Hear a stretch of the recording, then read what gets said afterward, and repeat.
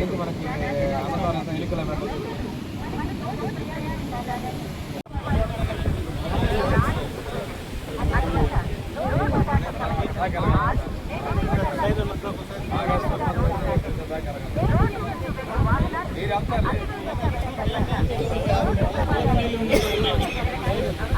వీరి మార్కు అభివృద్ధి అనేది కూడా మన నియోజకవర్గం పాకల్లో కనిపిస్తుంది.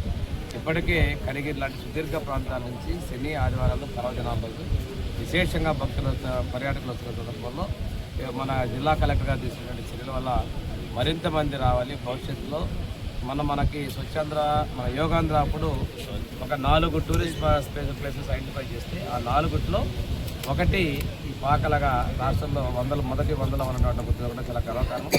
దీనికి తగిన విధంగా అభివృద్ధి చేసేందుకు జిల్లా యంత్రాంగం అదేవిధంగా జిల్లా కలెక్టర్ గారు ప్రత్యేక చొరవ తీసుకుని తెలియజేస్తుంది. ఏది ఏమైనా అతి త్వరలో పాకల బీచ్ అనేది పర్యాటకులకి మంచి సందడి కల్పించే బీచ్గా రూపాంతరం చెందడంలో ఆశ్చర్యం లేదు. దాని అందరూ కూడా ప్రజలు సద్వినియోగపరచుకోవాలి, పర్యాటకులు ఉపయోగించుకోవాలి మనస్ఫూర్తిగా కోరుకుంటూ కలెక్టర్ గారు మనకి ప్రాజెక్టు మీద పెట్టిన దృష్టికి వారికి ధన్యవాదాలు తెలియజేస్తారు. తమిళనాడు నుంచి కొంతమంది బోట్లు వచ్చి మన ప్రాంతంలో వేట చేస్తూ ఉన్నారు. ఇక్కడికే కాదు బాపట్ల వరకు స్ప్రెడ్ అయింది.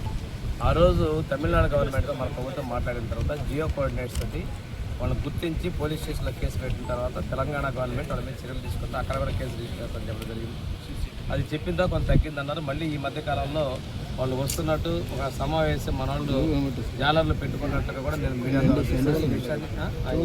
జువల్దీన్లు అక్కడ ఈ మధ్య పెట్టడం జరిగింది. దాన్ని కూడా ప్రభుత్వ దృష్టికి తీసుకెళ్తాం. వ్యవసాయ శాఖ మన మత్స్యశాఖ మంత్రిలో కెనాల్ గారి దృష్టి కూడా పెట్టున్నాం. కలెక్టర్ గారికి కూడా ఈ విషయం ఒకసారి రివ్యూ చేసుకొని ప్రభుత్వం దృష్టి చర్యలు తీసుకునేగా ముందుకెళ్తాం. అంటే ఆ రోజు చేసిన ప్రయత్నం ఈరోజు జియో కోఆర్డినేట్స్తో కేసులు కట్టడానికి తమిళనాడు ప్రభుత్వం సంప్రదాయాలు దాన్ని కూడా మెరైన్ పోలీసుల్ని స్థానికంగా ఉన్నటువంటి మత్స్యకారులు కూడా ఒకటి ఆ బోట్ వచ్చిన సందర్భంలో ఇక్కడ నుండి పోలీసు వాళ్ళ ద్వారా ఇప్పుడు ఏంటంటే మనం కూడా ఇక్కడ బేవాచ్ టవర్లో సీసీ కెమెరాలు సిస్టమ్స్ ఏర్పాటు చేసుకున్నాం కాబట్టి వాటిని ఐడెంటిఫై చేసుకొని మనం తీసుకొని స్థానిక పోలీస్ స్టేషన్లో కంప్లైంట్ చేసిన వెంటనే అది తమిళనాడు గవర్నమెంట్ పంపిస్తామని చెప్పి వాళ్ళ ద్వారా కేసులు కట్టించి నిరోధించేది చర్యలు తీసుకుంటారు.